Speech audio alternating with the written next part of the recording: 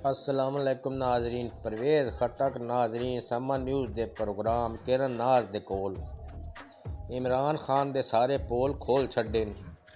इदियां गल्लां सुनो तो वध समझो कि इमरान खान शै के है, किवें आवाम नूं बेवकूफ़ बनांदा रहा। खुदा दा नां ने इस गल नूं मन वंजो कि वह मुल्क वास्ते बंदा ठीक नहीं।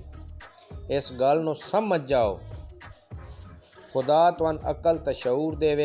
नाजरीन चलो हुण तुहान उंदी वीडियो विखाने जेड़ा परवेज़ खटक दे बारे दे विच फरमा रहा। आखिर यार वो उस काबीना दा हिस्सा वे परवेज़ खटक। इंजे कोई नहीं बोतान लैंदा, कोई ना कोई वजह हुंदी ते तां ही वो गल्लां करदा।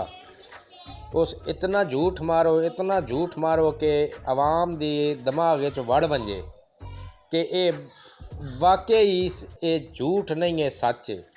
ये इमरान खान की पॉलिसी। परवेज़ खटक की पहले गल सुनो तो फिर फैसला करो। तो झूठ भी सच हो जाता है। वही इसने क्या, झूठ को सच बना दिया। लोग समझते हैं कि इमरान खान हमारा निजात दहिंदा है। मैं कहता हूँ इमरान खान इस मुल्क की तबाही है। उसने अब हमारी फ़ौज के ख़िलाफ़ इनकलाब शुरू किया।